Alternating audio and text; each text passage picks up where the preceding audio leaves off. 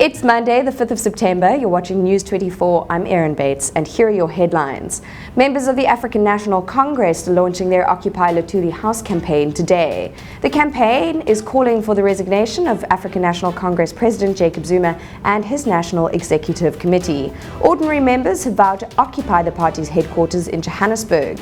On Friday, members of the Youth League stormed the movement's briefing, claiming supporters of the campaign had no permission to speak on behalf of the party.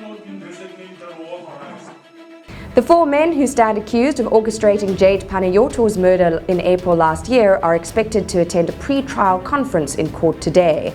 Panayioutou's husband Christopher Sizwezake Vumazonke, Sinetembe Nenembe and Zolani Sibeko are facing charges including conspiracy to commit murder and abduction. Jade was abducted from in front of her Stedden Glen complex in Kibeka Park, where she was allegedly forced into the boot of a hired car and driven to a remote area in KwaNobuhle, where she was murdered.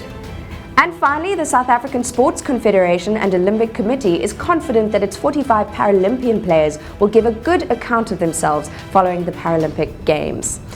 The country's hopes rest on the likes of wheelchair tennis player Lucas Sitole, wheelchair cycling racer Ernst van Dijk, and Hilton Langenhoven, who will take part in the track and field events. The Paralympic Games start on Wednesday and will run for 12 days, and we wish our team all the best in Rio. For more on this and other news, go to news24.com.